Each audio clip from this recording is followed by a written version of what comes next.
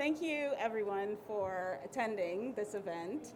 What we're launching is the report on climate and trade by a task force organized by the Center for Commerce and Diplomacy at the University of California, San Diego.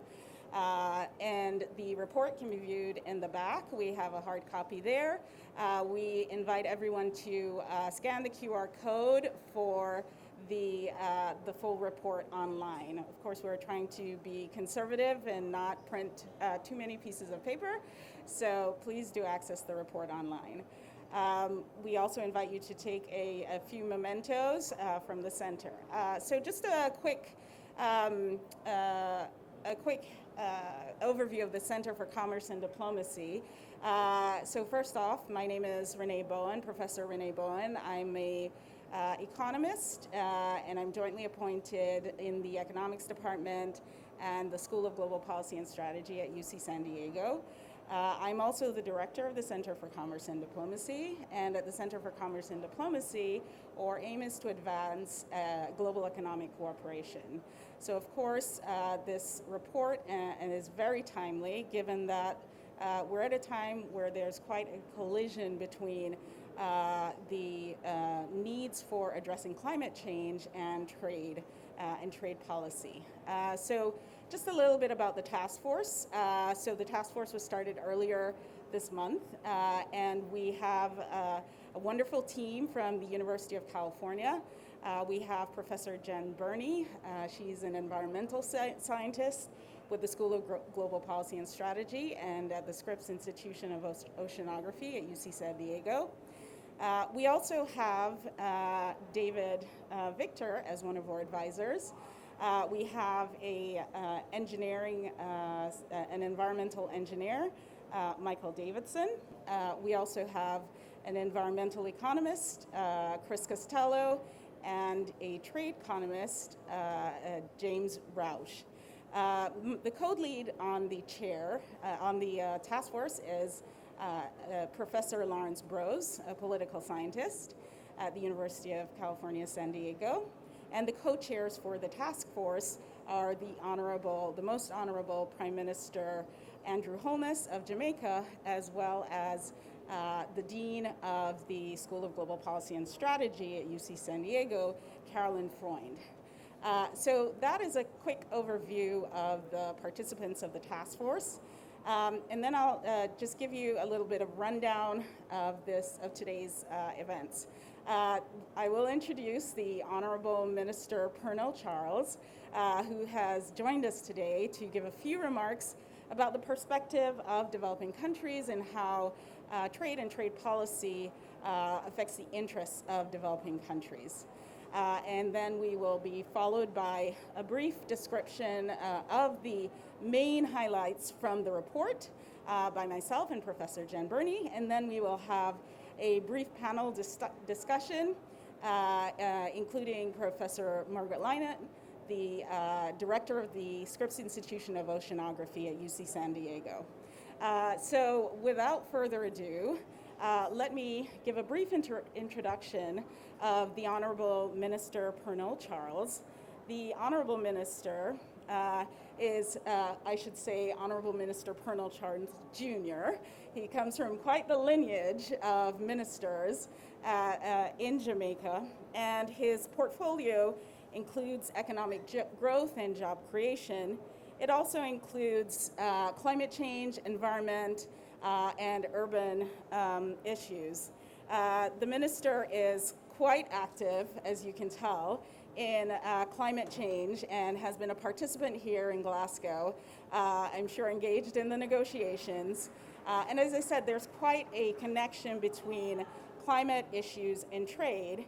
And the basics is that any climate issue that comes up and is addressed domestically introduces price distortions, and these inefficiencies must be dealt with for trade policy. We'll go more into that as we talk about the actual content of the report. And so I'd like to present to you Minister Pernell Charles. Thank you so much for joining us today.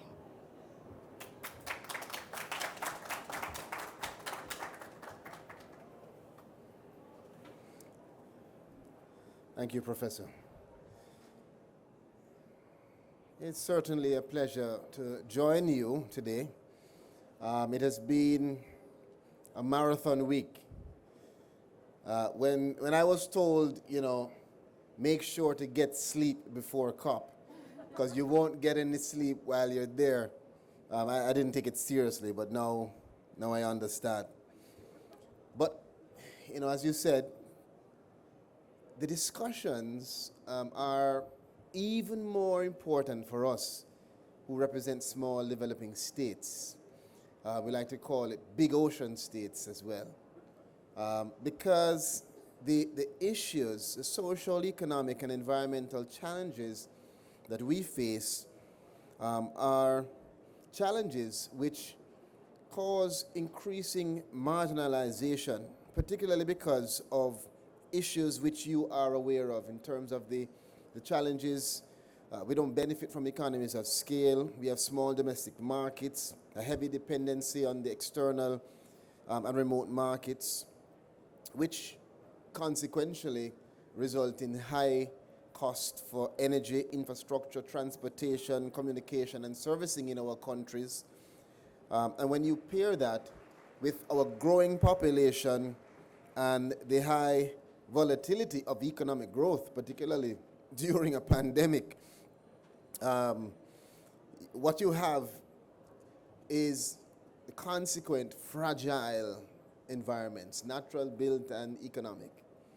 So the discussion around connecting trade to the issues that are critical to our development, particularly in terms of climate action, are real. It's not just theoretical. The UN recognized that in a number of reports that they have given, that improved and additional measures to more effectively address the unique and particular vulnerabilities and development needs of SIDS is essential. And so for me, I have had the opportunity of being associated to our Prime Minister who sits as chair of the task force or co-chair, and really having the opportunity to look on the report. And I must tell you, the Task Force on Climate Change and Trade is not only timely, but it is extremely necessary. Because if we are to achieve all of the lofty ambitions and goals, it will require us to have an accessible, a flexible, and open mechanism for us to be able to have influx of the materials and the products that are going to be necessary for us to build up that resilience. So in Jamaica, we have to build resilience, we have to do it in a sustainable way, and we have to do so within the context of a very harsh reality for us. One catastrophe, just one weather event, can cause a shift of almost 30% of our GDP. I mean, in the last 20 years, what we've seen on average is impacts of more than 2% of the GDP, just based on normal weather events in our country. In the last years between 1990 to 2020, we saw, I believe it was more than $700 billion US of damage. And when you put it in context, in terms of these matters, in the Caribbean on a greater scale, we have less than 1% of the population of this world. And we account for more than 38% of the damage that's accruing from natural disasters. Now, how do you build up these territories? How do you do what's necessary to create the barriers and the strength and the resilience that's going to be needed for us to address climate change? Well, we don't manufacture the goods and the equipment that are needed to do that. You'll have to bring them in. So the necessary technical and financial support will have to now move to a precise dissection of how do we get to you the things you need to do what we say you have to do.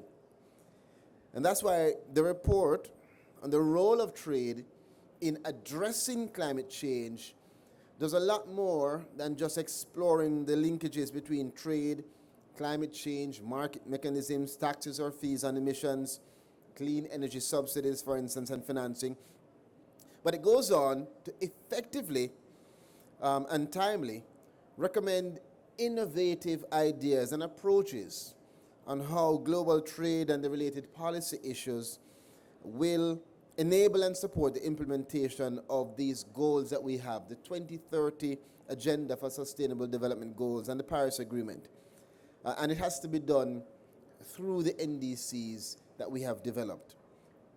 Now, if you, and I know the discussion is somewhat academic, and I'm dealing with professors and lecturers, so I'll go into it.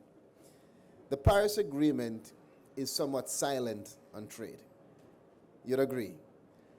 And the reality, though, is that, as Professor Bowen has said, trade has such a critical role to play in addressing climate change. And so the response measures are things which will require our examination for us to see exactly how we will be able to improve and enhance the framework that countries like Jamaica put in place. Otherwise, what will happen is that we will just be simply speaking about theoretical issues that we can never reach, because we can design targets, but we don't design the steps and the ladders that are needed for you to reach those targets. And trade and investment are critical to countries like Jamaica, countries like Barbados and Bahamas, some more other countries, critical for us in attaining sustainable development. And climate change is linked, as you know, to the unsustainable drivers of development. So there's a lot that can be said. I know that my Prime Minister will be speaking to you virtually, so I don't want to go into all of the specific issues. And I can hear the professor telling me, your 5 minutes are almost up. But I do want to just make two more points. If we are to meet the ambitious targets that we have described in our NDCs, and Jamaica is one of the countries who, even though we are among the lowest emitters, we have taken the responsibility of updating our NDC, of setting ambitious targets, of reaching a 28% reductions in emissions with international support, and submitting that NDC last year during a pandemic, and ensuring that we have, before we arrived here in Glasgow, we launched our implementation plan. So we are saying, listen, yes, you have more work to do in terms of mitigation, but we are taking it seriously, our little contribution. Because when we discuss the issues around building resilience, which requires a lot of specificity in terms of trade mechanisms, we can also say that we are playing our role in the global solution that is required. And those ambitious targets that are set are necessary. And it is important for us as practitioners to find the loopholes, look on the gaps. How are we going to close the gaps that are required for countries to practically reach these targets? That's why this is so important. That's why I'm very happy to participate in this process today. And that's why I'm very proud of the work that you're doing, because you have found the gaps that are not even in the Paris Agreement, that haven't been identified initially. That's what academics need. That's what academia needs to do and continue to do, and I challenge you. So you've done this. I hope that when you're in Egypt, there's another topic that you've identified, or that you've expanded the work that you're doing now. Because believe me, it is going to help countries like Jamaica to not just speak about climate action, but to be able to actually realize the little steps and to close the gaps and identify the loopholes that often lead us to having 26 sessions of conferences of parties without having the kind of advancement that we need. So instead of making those incremental little steps, we'll be able to make some larger jumps, which are required. I close by saying this.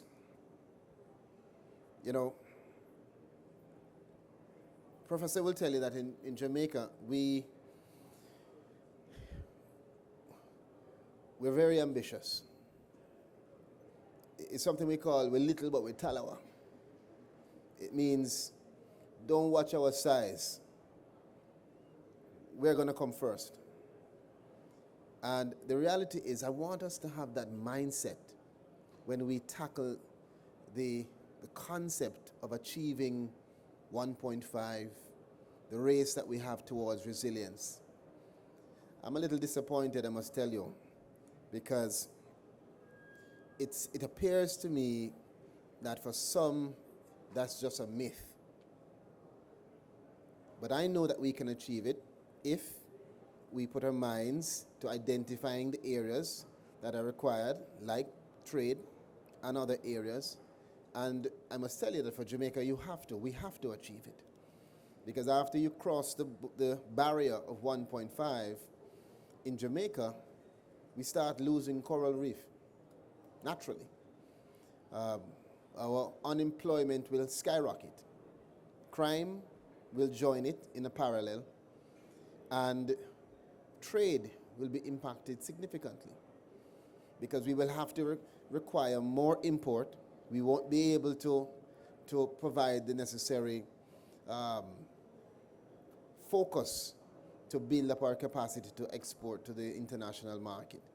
So all of these things are critical for us, and I want to just entreat you and challenge you to continue to probe the issues and to pull as many of your colleagues from sister colleges, universities, pull them into this necessary discussion on how we are going to move now from just identifying trade to identifying all of those variables that are required if we are going to achieve the resilience for countries like Jamaica and tackle those barriers.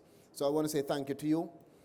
Thank you to you, Professor, and thank you to all who have contributed to this process. One love.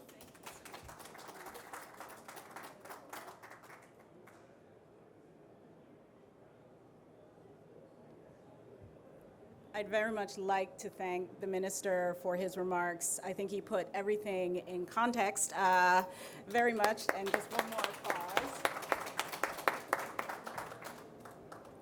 So we will get our technical issues sorted out, hopefully, and so we can play the video of the Prime Minister and the other, and Congressman Scott Peters from California, who's also very excited about this report and excited about the contribution of this report to policymaking in the United States. So as the minister mentioned, climate change is really everyone's problem. And the needs of developing economies is also everyone's problem, and we'll talk about that in just a moment. So hopefully without further ado, we'll get our video up and running, and please. Good afternoon. I'm Carolyn Freund, Dean of the School of Global Policy and Strategy at the University of California, San Diego. I'd like to thank the government of Jamaica and the Center for Commerce and Diplomacy for organizing the task force and today's launch. We're here to talk about trade and climate. These two topics have a lot in common. Both require cooperation for sustainable growth. They're also deeply intertwined. Any domestic climate action that's taken will be diluted if carbon-intensive goods can be easily or freely imported. That's why one of the recommendations from the report is on the need for agreement on border carbon adjustments. We also focus on the need for all countries to be involved in climate action. While advanced countries and the large emerging markets have been the main emitters, it is developing countries, and especially the small island states, that have been most affected by climate change. It is therefore imperative that promised resources for climate action are delivered to those countries. The School of Global Policy and Strategy stands ready to help advance discussions on climate action through research, policy recommendations, and teaching. I'm very pleased to help launch today's report and begin these discussions. Thank you. Hello, I'm Congressman Scott Peters, and I represent San Diego, Coronado, and Poway in the United States Congress. Thank you very much for the invitation to give remarks during today's important event. Addressing the climate crisis is and should continue to be one of our top priorities in Congress. However, we know there's only so much the United States can do on its own. We have to work with our partners across the globe to address the crisis, and that's one reason why COP26 is so important. Together, we can raise our mutual climate ambition. One area where we have a real opportunity is at the nexus of climate and trade.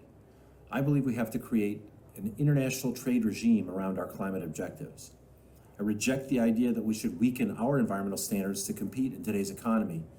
We will remain a global economic leader by raising our ambition to provide the clean products and fuels that the world is increasingly demanding.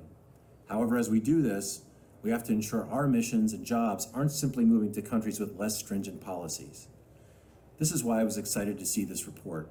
I'm even more excited to learn about the leadership of the Climate and Trade Task Force and the fundamental role our constituent university, UC San Diego, has had in this process. The report's focus on border carbon adjustments, climate finance, supply chains, and international trade institutions has provided lawmakers in Washington and across the globe with critical insight to guide our decision-making as we move forward. And I'd like to thank you personally and recognize a few folks and organizations. First, thank you to the task force's co-chairs, Carolyn Freund, Dean of the UC San Diego School of Global Policy and Strategy, and the Most Honorable Andrew Michael Holness, Prime Minister of Jamaica. Next, thank you and congratulations to the University of California System for their contributions to this report, including the Center for Commerce and Diplomacy at UC San Diego School of Global Policy and Strategy, and the Scripps Institution of Oceanography. Last, I want to thank the participating scholars, stakeholders, and organizations for furthering the spirit of this effort, which is to take frontier academic work and link it to important policy debates. We need more efforts like these. Thanks very much for your important work. I look forward to continued collaboration.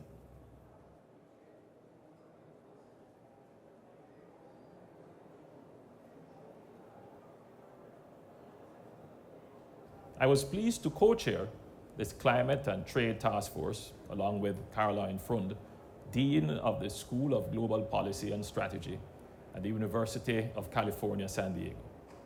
The task force addresses the nexus between climate and trade policies. Trade must be part of the solution to addressing climate change and not be viewed as the problem. Against the backdrop of a very motivated global thrust to address climate change, we face three critical challenges in the absence of cooperation on international trade and investment flows. The first is that the disparate climate measures taken under the Paris Accords' nationally determined contributions could be undermined if high carbon intensity goods are produced in unregulated markets and traded freely. The second consideration is that while border adjustment measures can address excessive production and trade in these goods, they could devolve into protectionism if not carefully calibrated to compensate for national measures. The third factor is that the historical contributions to climate change have not been proportional to its deleterious effects, implying that compensation is needed to ensure that all countries, in particular countries like Jamaica, have the necessary resources to mitigate carbon emissions and adapt to climate change. I am encouraged by this partnership between the government of Jamaica and the University of California, San Diego in preparing this report. It is evidence of the great things that can be accomplished when countries and institutions work together. We sincerely hope that this can be a model of cooperation to shape our shared climate and economic growth destiny. I thank you.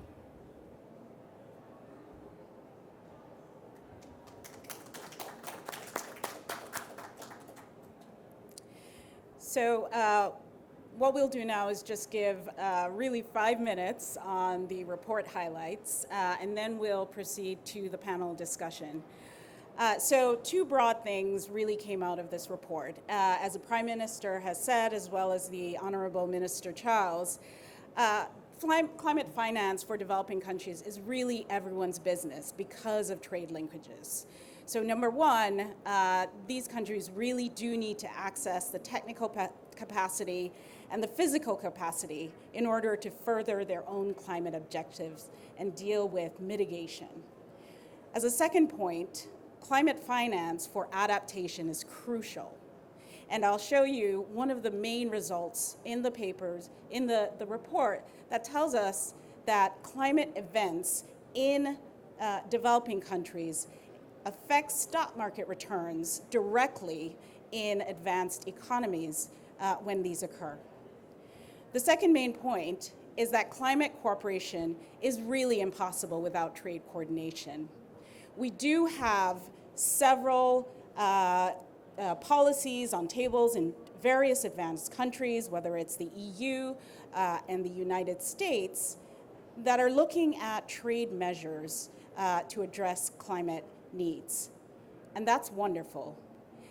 However, without proper coordination of domestic measures and trade measures within countries and across countries, this coordination will neither address climate objectives nor will they address economic objectives. So in the first chapter of the report, Professor Harry Lee talks about climate financing adaptation in developing countries.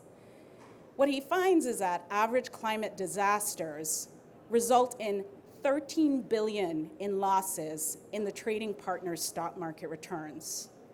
Losses occur both in the importing country and the exporting country. The source and the channel of the losses is through supply chain linkages.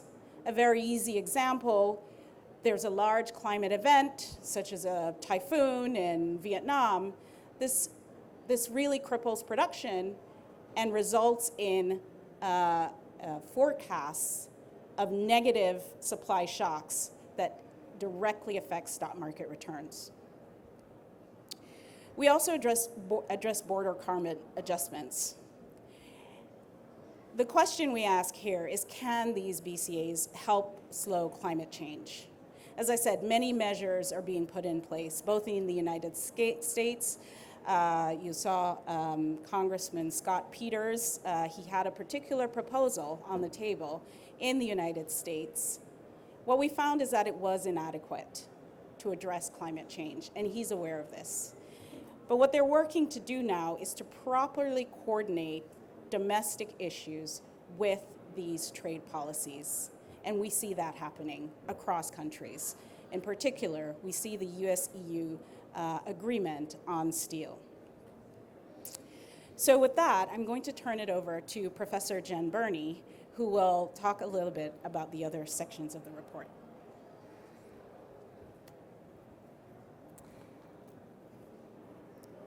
Thank you, and thanks for having us. It's really delightful to be here in the CARICOM Pavilion and with our Jamaican colleagues. It's wonderful to be an honorable member of the delegation. So the remaining two chapters of our report deal with food, both agriculture produced on land and food from the seas. And especially in small islands, developing states, the issue of food security is paramount, and I think it will resonate with everyone in here when I say, right, food and climate are deeply intertwined, and perhaps the biggest question is not whether we can solve climate. I think we're all hopeful that we can do that. We're here, that's why we are present at the COPs, but really whether we can solve climate and end hunger at the same time. These are connected questions. Climate, of course, is making it more difficult to produce enough food, and yet demand is rising, and still 800 million people go to bed hungry every night. At the same time, food is a major contributor to anthropogenic warming, both through direct emissions, for example, associated with production or with ship emissions for fishing, but also through indirect land use change, most importantly. And trade is a really important mediator in this system. Two examples that we draw out in the report. One, when it comes to the main cereal crops that provide the bulk of the calories for human consumption, climate shocks around the world are really buffered by exporting stocks from major producers. And this is critical for small island developing states. When it comes to fish, fish is one of the most traded products in the world, and we sort of operate in two fishing worlds. Thinking about, again, our Jamaican counterparts, artisanal fisheries, but also major imports of fish from around the world. And it's a major protein source for 3.5 billion people globally. So thinking about trade and food is inescapable if we want to solve the climate problem. And unfortunately, we also show in our report that while trade has produced economic gains, in recent years, it has unfortunately been emissions inefficient. So we'd really want to advocate when thinking about food for having environmental gains from trade as well as economic gains from trade. A couple of quick examples. The recent trade war between the US and China resulted in diversion of soybean imports. China had historically been importing large amounts of soybeans from the US. When the trade war went into its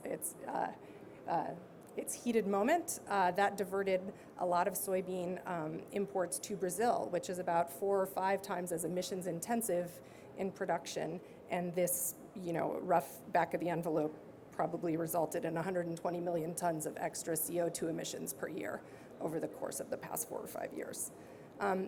We see that often there's a very understandable short-term desire to subsidize fishing in fish-dependent nations. And this perversely has the effect of incentivizing overfishing and pushing fleets further and farther out and emitting more and driving down fish stocks. So, these issues, again, are so deeply, deeply linked. However, in our report, I think we're hopeful for a few reasons. These issues around food affect us all. They bring countries together because we are all connected and we recognize food is a little different than other manufacturing processes. And in some sense, the policy solutions at the outset are easier. End the trade war. Don't subsidize. Invest in more advanced technologies and research and development that can be shared globally. In the longer run, marine protected areas, we know that in well-managed fisheries, subsidies then don't incentivize overfishing. And so investment in these MPAs will be critical. And finally, we'll need global coordination in the long run on driving down emissions from agricultural production on land, and in particular, finding a way to reduce land use change emissions to zero. All right, at this moment, I'm going to invite my colleagues up here to take their seats, and I'm going to introduce my colleague David Victor. David is the Center for Global Transformation Endowed Chair in Innovation and Public Policy at the School of Global Policy and Strategy at UC San Diego, and is the co-director of our Deep Decarbonization Initiative on campus. David wears many other hats, but I'll stop there. David, the floor is yours.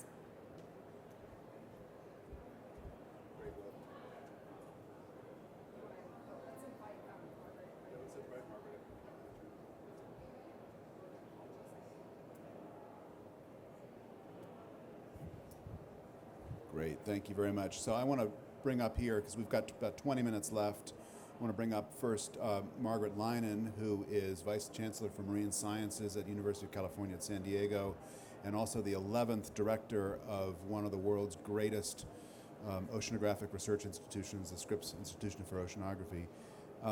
And then we're going to have a panel discussion, and anyone who has any questions should be ready with the questions. So I'm just curious, Margaret, one of the big shifts, you've been in the middle of all this, has been to bring more attention to the oceans to all these climate change conferences. It seems like trade has been not so great for the oceans, and a great ocean nation like Jamaica would know that because we've seen a lot of overfishing, all kinds of other problems. I'm just curious as to where do you see the really interesting questions at the intersection of research on oceanographic, ocean-related stresses and the climate problem? Well, you're right, David, that trade has a major impact on the oceans. And it's partly the direct activity and the direct products, but it's also the transport itself. And there are quantifying the emissions from transport is a tough business, but a couple things are absolutely clear. One is global trade is marine trade. More than 90% of goods and services that are transported globally are transported by marine transport. And the International Maritime Organization has estimated that the emissions, that the percent of global emissions that's due to marine transport is somewhere around 3 or 4%. The Global Carbon Project has said it's much bigger than that, more like 8 to 10%. But even if we take the small number, that's as much as a whole collection of developing nations. So as we think about trade and the great lens that's been focused on trade barriers and how to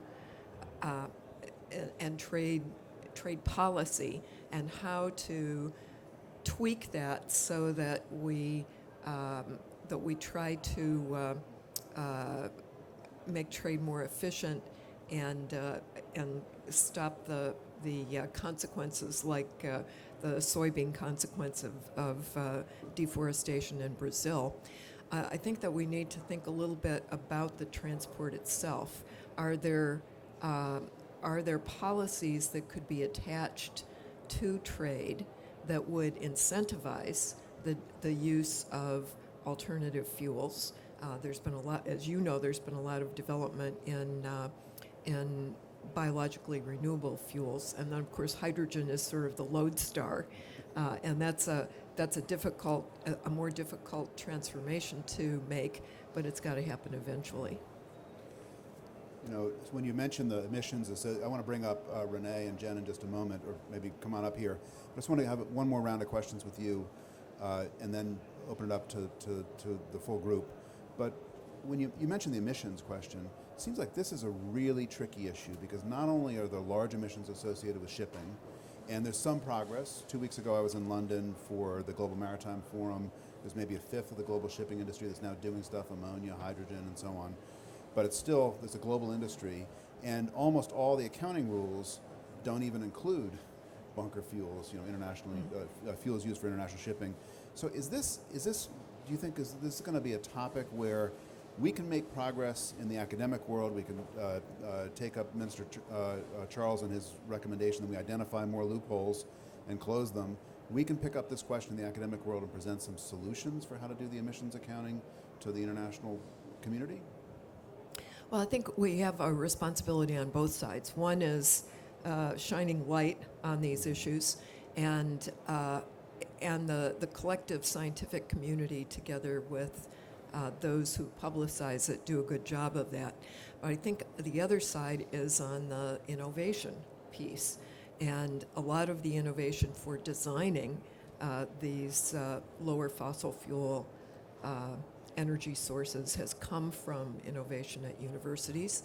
A lot of the innovation around hydrogen is taking place, not only at every aspect, the design of vessels that can use hydrogen effectively, the design of processes for making hydrogen greener. Yeah. So I think on both sides, academia has played an important role and should. Yeah, in the shameless promotion department, let me just mention that we have a hydrogen ship, I think the first on the West Coast, that's being designed right now for research purposes that'll be commissioned 2025 or so. And this article... It's actually the first hydrogen-powered research vessel anywhere. On the planet. So even better than the West Coast. Even better than the West Coast. We have not yet colonized other planets yet. And this article that everybody's talking about in the Washington Post about accounting that yesterday builds in part on work that we've done at UC San Diego and quotes some of our colleagues. I want to go now to I'm going to ask a couple more questions of the panel, and then if you have questions, catch my eye and I'll get you on the list. So first, I want to go to you, Renee. It seems like the case for border adjustments is getting stronger. The case for doing it badly is getting easier to see. And I'm curious as to how we strike this balance, because I think everybody understands the logic for why you'd want to do a border adjustment, and everybody also understands that there are protectionists that are hard to keep at bay. So how, beyond saying, be nice, how do we actually make this happen in a responsible way? Great. Thanks for the question, and thanks, Margaret. So very carefully and very slowly is the first caution I would give. One of the challenges in applying the correct border adjustment is having the right measure of carbon intensity or other emissions intensity to match whatever emission intensity we have in the domestic measure. So the first issue is measurement, and this is again where science can help us. Measurement domestically, but then once we are talking about border adjustment measures, we also have to think about measurement internationally, and internationally sometimes among countries that are less willing to measure. So we have to harmonize those. So that's why there's a role for international coordination on measurement, on the agreement of the pricing of emissions, and also the coordination. So we have international bodies already looking at these things and in place, so we don't need to create the wheel. One of my personal feelings is the World Trade Organization is fairly well equipped to help with this sort of coordination. So I'll stop there.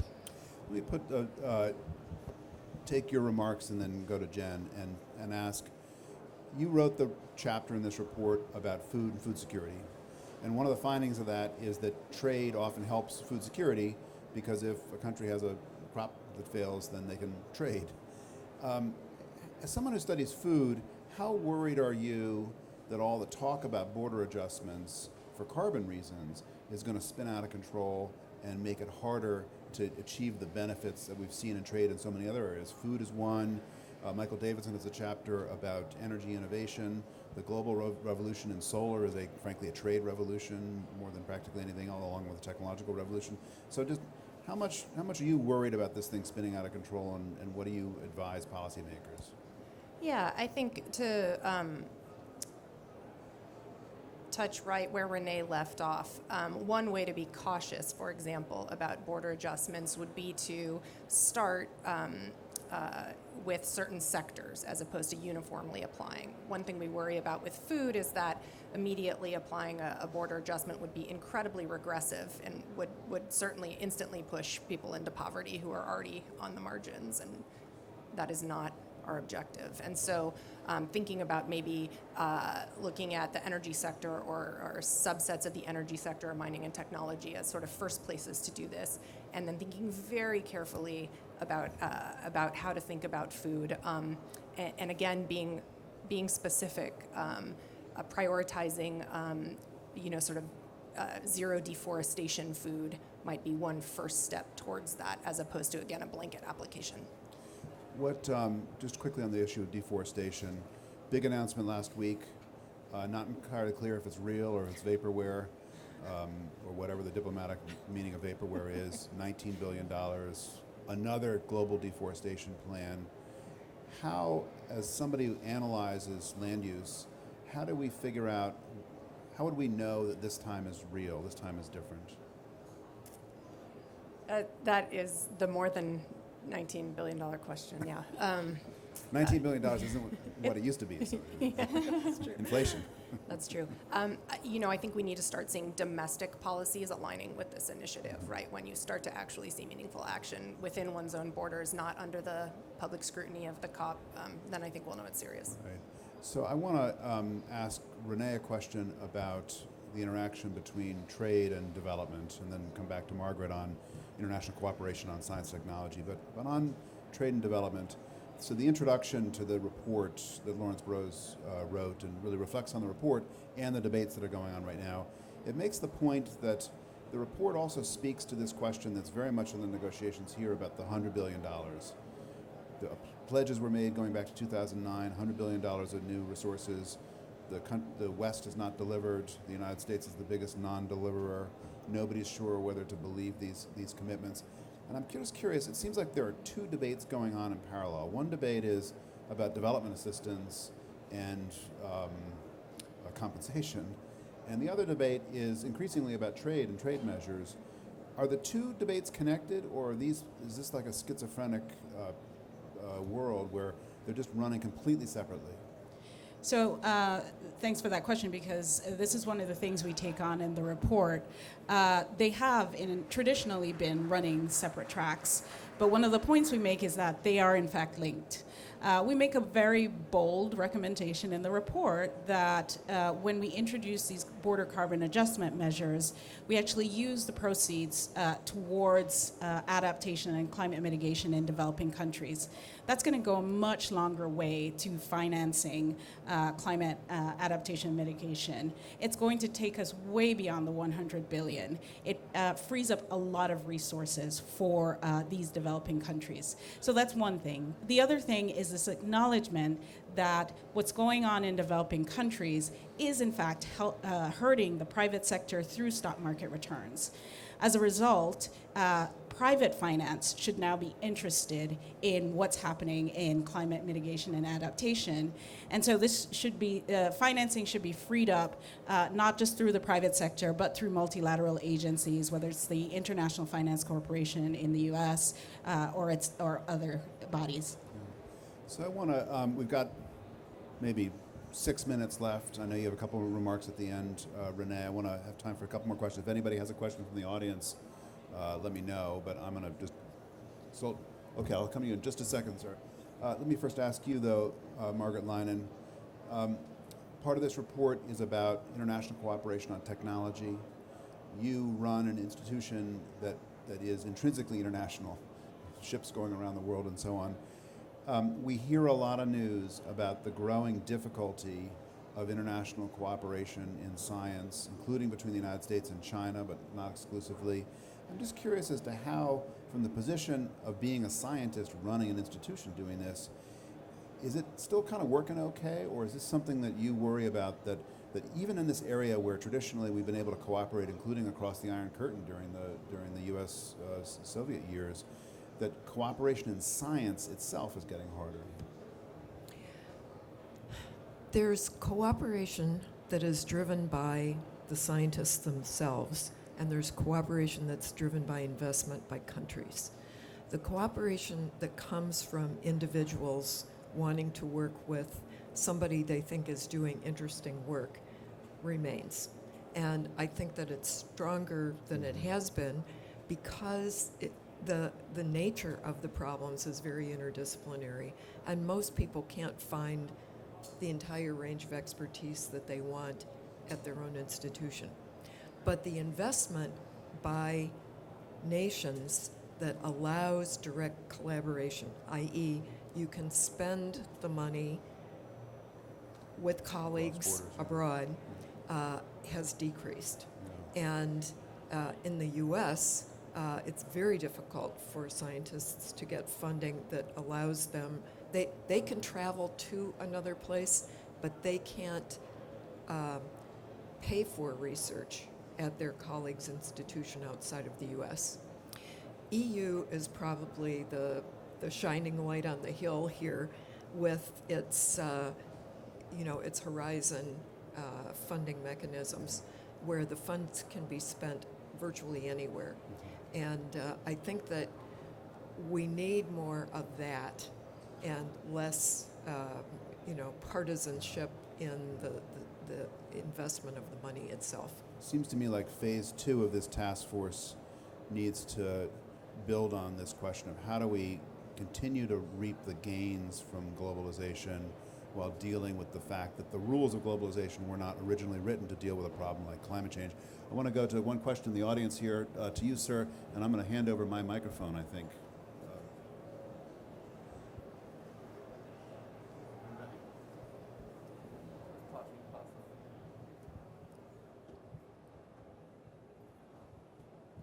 First of all, thank you so very much. My name is Gilberto Mauricio. You know the drill, right? Like the introduction, etc., etc. But I'm gonna get to the meat of it. So I'm also working in regenerative finance, and I'm doing that using cryptocurrency and crypto innovation. And obviously, we all know that crypto is problematic when it comes to climate crisis. But what we're trying to do, at least, is we're trying to create natural capital assets that funding can come from what we actually find important, which is healthy ecosystems. So the question and the challenge for everybody here today is, how can we continue to use things like crypto innovation and natural capital asset development, for example, food forest tokens or carbon tokens, to fund the climate adaptation and mitigation that we need? Is it already being done in the Caribbean? For example, we're having a living lab in Curacao. It's not a member of CARICOM, but we're also in the Caribbean. But we're curious what also you all are doing on the ground. Thank you for that question. I'll take it if you don't mind, David. It's a wonderful question. As we said, we think just really making that link between stock market returns or other returns in developed countries is going to open up financing opportunities in the private sector. And we really applaud what you're doing, and we think ESG financing is really going to take off as a result of our findings. I do think one of the challenges here is bankers are here in force. I've never seen so many bankers at a COP in my life. I don't know if that's a good thing or a bad thing, but it's a thing. And everyone's imagining new flows of money. And we have to figure out which of the flows are real and not. You know, when you see some folks trading on ESG derivatives, you know things have gotten kind of out of control. And we got to figure out which flows are real. I want to ask Jen, Burney, one quick question, and then we'll see how much time we have at the end. Next COP is in Egypt. It's the Egyptians are calling it the Africa COP. A lot of Africa is about development, food security. So I'm curious, what's your advice to the Egyptian hosts as to what they should be emphasizing with regard to food security? That's a great question. So just a couple of facts, I think, to keep in mind as we look towards the next COP. Sub-Saharan Africa is the one region in the world where per capita land holdings are declining, where yields of crops have not kept up with population growth, and where, you know, the largest fractions of populations are still engaged in agriculture as their primary source of livelihood. So there really is no separation of climate shocks and welfare on the continent. I would think for the Egyptian hosts, a key point will be to articulate really what adaptation means for the continent. And in some cases, adaptation might just be more development. But in other cases, adaptation is very specific. We have croplands that'll move entirely out of their historical experienced climates within the next 20 to 30 years. And that means something very different than just more money for development. Yeah. I'm curious, Margaret Leinen, before we go to Renee to close the session, are there special marine aspects to hosting an Africa COP that the Egyptian hosts should be attentive to? I think that there's more, we see more climate impacts around the maritime nations of Africa that are not being supported by adaptation than anywhere. And I include in that Bangladesh and India and low-lying countries. And I think that that's a really important piece. And it fits with your comment about adaptation in Africa. Excellent. Thank you very much. Give the floor to Renee Bowen to close our session. Thank you so much. First, I'd like to give our panel a round of applause. It was really inspirational. I love that we ended on the note of Africa and sub-Saharan Africa in particular. As many economists have noted, it really is the next frontier of growth, given its very young and burgeoning population. And we need to ensure that its growth is sustainable, that we do have the sort of climate-friendly energy, but at the same time that we're not introducing energy poverty into these countries. So really taking into a serious account the needs of developing economies and small island developing states is really crucial, and we hope this report sheds some light on that. I would really love to thank our hosts, the CARICOM Pavilion, and of course, thank again our Jamaican partners for this wonderful endeavor. Thank you so much, everyone.